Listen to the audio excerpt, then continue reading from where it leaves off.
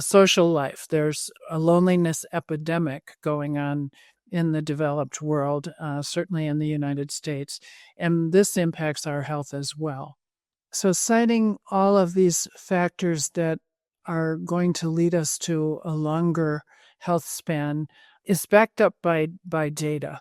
And there's a lot of good data that such things as eating enough protein and doing resistance training, for example, reduces the risk of frailty or falls, etc. And this is so for a long list of disorders that are on the list that I just read, as well as other disorders such as arthritis and knee pain and eye disease that many of us will experience in our later years. Have you made it past menopause, or are you going through it now? I'm Dr. Pat McShane, and on the Women's Healthspan Voices podcast, I'll guide you through the health challenges of the menopausal years and beyond, guiding the way to thriving in this powerful era of your womanhood. Hi, it's great to see you. I'm often asked, what is the definition of lifespan and health span, and why would you want to study these two things? That's what we're going to talk about today, and the rest of our series will be focusing on ways to improve our health span through lifestyle medicine, basically. So the average lifespan of an American woman, and I'm sorry for those of you who are not in the U.S., but these are the data that I have the most experience with. The lifespan of the average American woman in the U.S. is in around 81 years of age. But the health span is somewhat less than 10 years less than that. So most people will be in pretty good shape until they're in their early to mid 60s. So lifespan is how long we're alive. Health span is how long we're having a reasonable quality of life. And there's obviously a huge difference there. So what is going on in those years between health span and lifespan?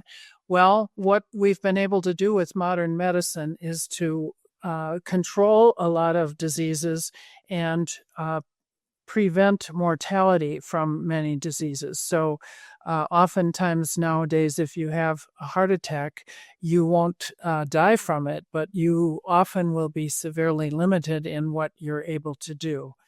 So the years with no good health span but still alive are often characterized by people with limited mobility, multiple medications, limited exercise tolerance, symptoms like shortness of breath or chronic pain. And so this is something that none of us wants to experience. And that's the whole point of this series of talks. So what are the medical problems that can cause us to have a limited health span in spite of a longer lifespan? Well, it turns out that more than half of American women, that is, have high blood pressure, for example, once they are in menopause. And again, the data here are highly variable from one report to another based on exactly what age limits they are looking at and exactly what definition of blood pressure. But that's just a rough estimate of how many people have high blood pressure. Similar numbers for high cholesterol are noted in the UK, but in the US, they seem to be less. I'm not sure why that is. Fewer people are characterized as having high cholesterol or lipidemia, hyperlipidemia. What about diabetes and pre-diabetes? Well, again, the numbers depend on exactly what study you're looking at, but this turns out to be an enormous problem. And it's estimated that fewer than 10% of people in the U.S.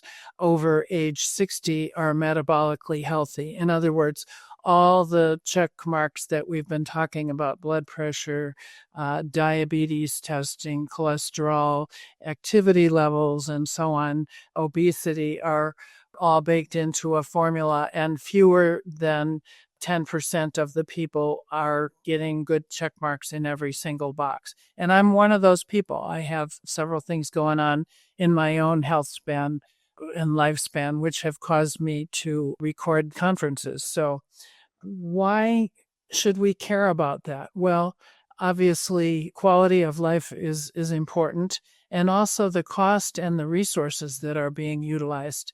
There's enormous use of resources, especially in the last year of life for many of us.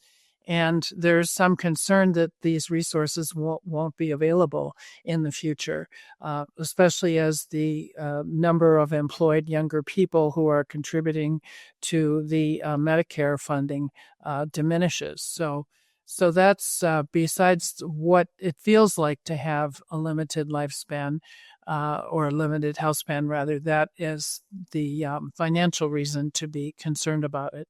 So let's start with a couple of the items that are deemed important by the American Heart Association, because cardiovascular disease is still the main cause of loss of life in the United States for both men and women.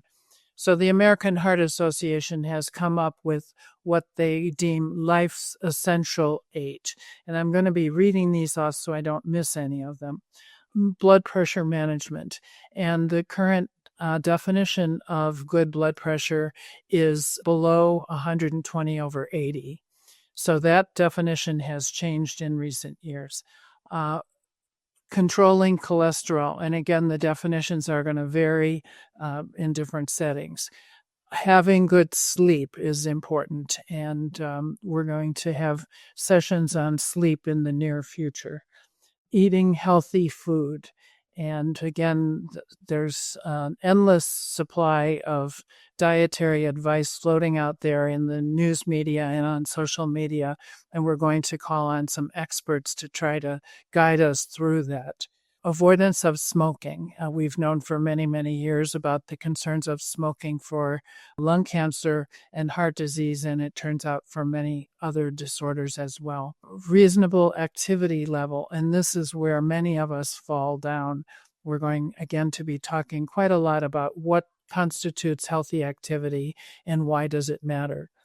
Avoidance of diabetes. So if your testing indicates that you have diabetes, that you be on treatment for that disorder. And minimizing alcohol. And again, for women, most reports would suggest that 1 drink per day is the maximum, and many advocates for sobriety are quoting literature that says that there's no healthy level of alcohol intake for anybody at any age. So we're going to be talking more about this. Besides the American Heart Association Essential 8, a couple other items that we might put on this list that may make it onto their list one of these years are caring for our teeth, good dental care. And there's data about what tooth decay and gum disease can offer as far as risk for different diseases.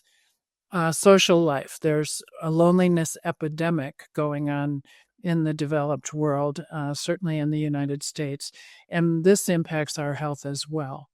So citing all of these factors that are going to lead us to a longer health span is backed up by data.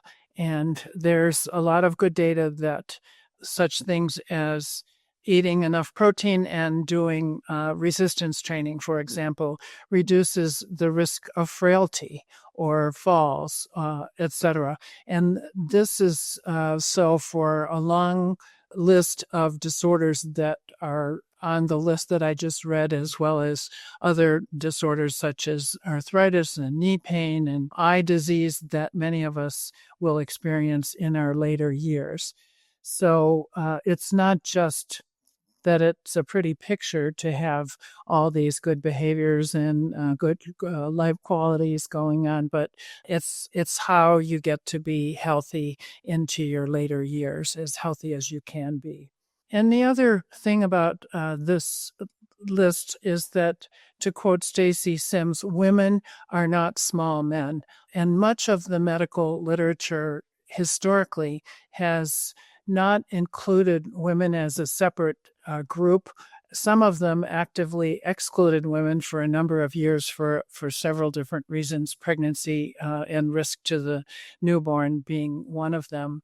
But what we currently have is a situation where women are being treated as though they were small men in many instances. So the guidelines for how much of a given medication to use or what's the proper cutoff for a certain blood level such as the lipids or the blood pressure levels have been established historically with men. So that has been correcting itself mostly since 1993, when a law was passed to improve the access of women into the medical clinical research system. But then there are also diseases that are much higher risk for women, dementia being one of them. Osteoporosis is another one, bone health, which we will talk about. Obviously, breast disorders are not confined to women, but they are hugely more prevalent in women than they are in men. And there's a few other disorders like this. So these need to be particularly focused on in our series of talks. So it's great to have you on board. I hope you find this interesting and you get some important life strategies from these talks. Thanks so much. Thanks for listening to the Women's Healthspan Voices podcast. If today's episode spoke to you, follow the show and share it with a friend ready to take charge of her health. And please leave a review. It helps more women find us.